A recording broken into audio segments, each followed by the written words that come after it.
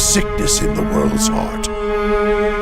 Perhaps the price of crossing a god. Newsflash. I don't know if you know this, Ben, but there are lots of games we are not reviewing. That is not this game. That's the first thing I want to say is we are reviewing this game. I wish I could be here with a full review.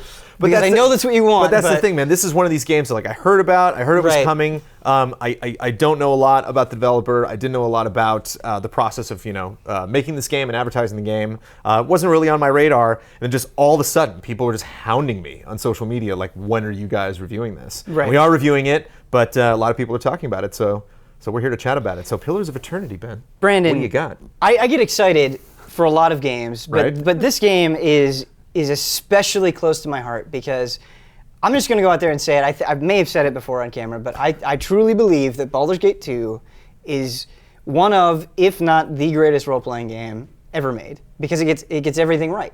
And Pillars of Eternity is one of those games where, at a glance, it just seems like it's doing that again. Like, hey, we miss those old Infinity Engine games, and we are taking almost everything from them and doing a new thing with it.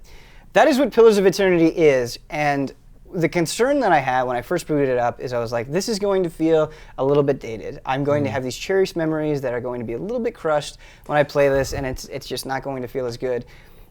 That did not happen to me at all.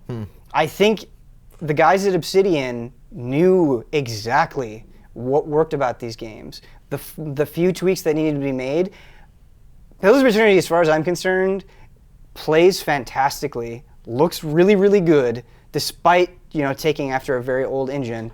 And the number one thing that I want to stress is it almost makes me view other video game stories as lesser. Like I like them less because Pillars of Eternity has reminded me how good writing in games can be.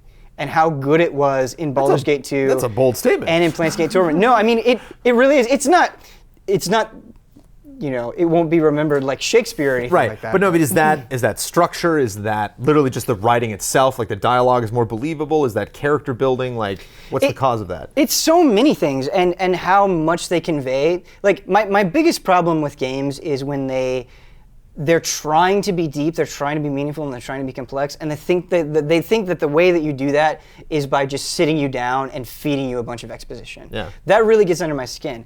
Pillars of Eternity, there's a lot of dialogue. There's pages and pages and pages and pages of dialogue, but it never feels like it's pages and pages of dialogue. The pacing is structured in such a way that it really hooks you in and it doesn't let go.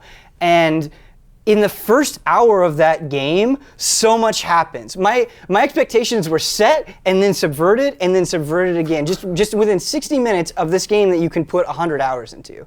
And it was incredible. And you realize how often, and excuse the language, you realize how often RPGs fuck that up. Because so many times I have to say, hey, this game is incredible, but it's not good until 10 hours in. It's not good until 20 hours in. Pillars of Eternity is good right away, and then it just keeps getting better.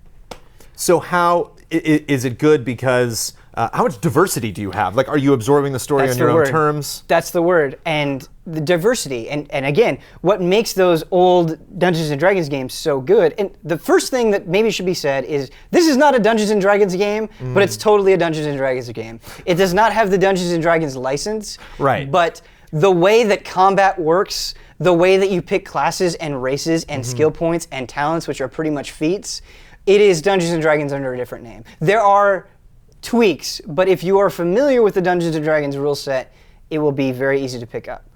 So it's going to take a little bit to actually get into it because you're going to have to build your character and pick your class. You go through that whole thing. But diversity, that was the word that you said that I wanted to touch upon. And what makes a role-playing game excellent is if you feel like the game is really responding to the decisions that you make. And Pillars of Eternity does that excellently. It's not a binary system either where it's like, do you want to do the good thing or do you want to do the bad thing? All of the minutiae that you get into, skill points that you choose, character background traits, all of these things, right away, immediately, people start talking to you differently.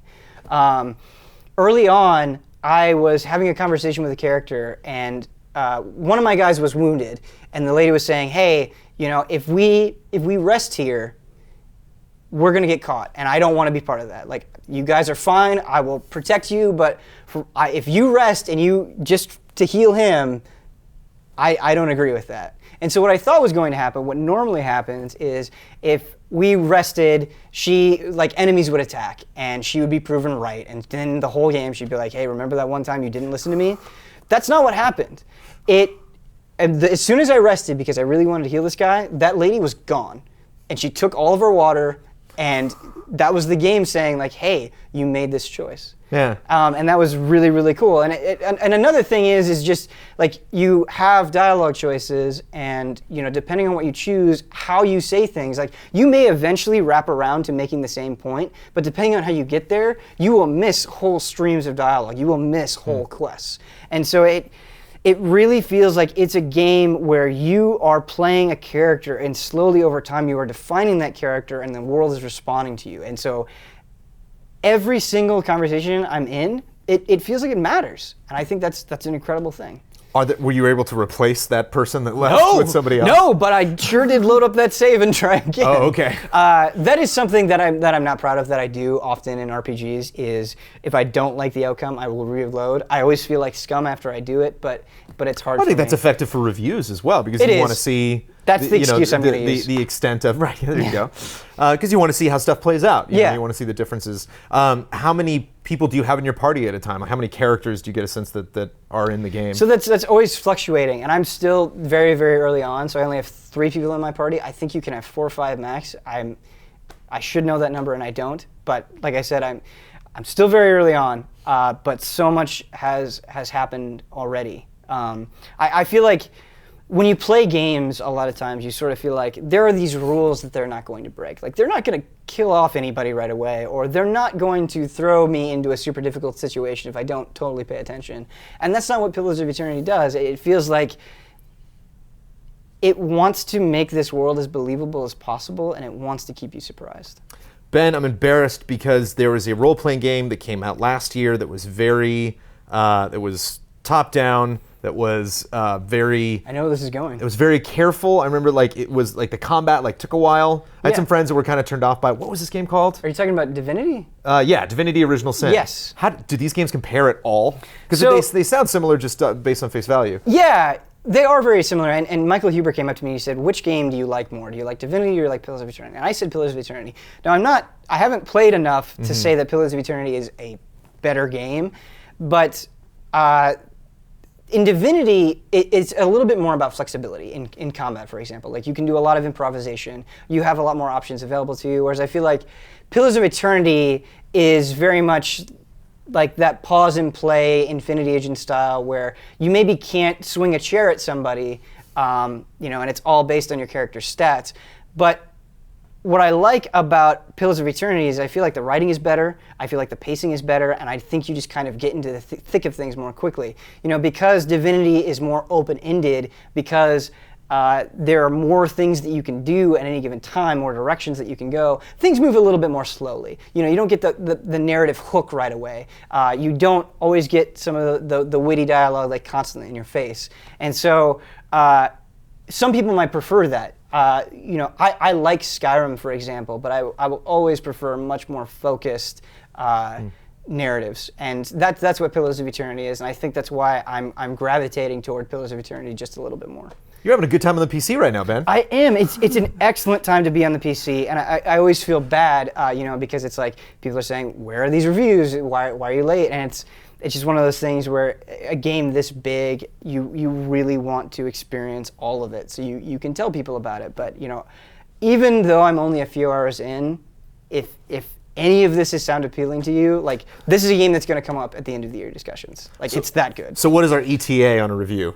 The ETA on the review. What's the Ben Moore prediction and the actual prediction? So I have to take some time off at the end of this week and the beginning of next week for personal stuff. That really affects review time. My weekend is taken up by personal stuff. So the earliest you could see it would be the end of next week. Okay. What is maybe more likely is the week after that. But it's coming. It's my main focus right now is that review. But it's a rich game. You don't want to rush it. You want to take your time. No, it's really not. It It's incredible. The game is incredible. You know, that's really what it comes down to. And you know, it's another Kickstarter game. I feel like we keep having these conversations over and over and over again. Shovel Knight, Divinity, Wasteland 2, Broken Age, like all of these really excellent games. It was easy to be cynical about Kickstarter for a while because it's like it's never ending. They keep asking for more money, but they're doing it justice. I want more games like this, of this quality. It's incredible. And people were talking about Divinity for a long time. People were talking about Dragon Age for a long time because these are games that take a long time to get through. So I think I am really interested in reading your script. And the final Dragon Age, as far as I'm game. concerned, Dragon Age Inquisition, a game I really like, has nothing on Pillars of Eternity. I prefer Eternity so much more. I can't top that. That's it. So. That's the end of the video right there. All Ben. right. Good stuff. Thank you. We've been lied to. Our whole lives, and many lives before that. DYRWOOD is a rebel country. Conflict is in its blood. This is about my people. If that's not worth blood, I don't know what is.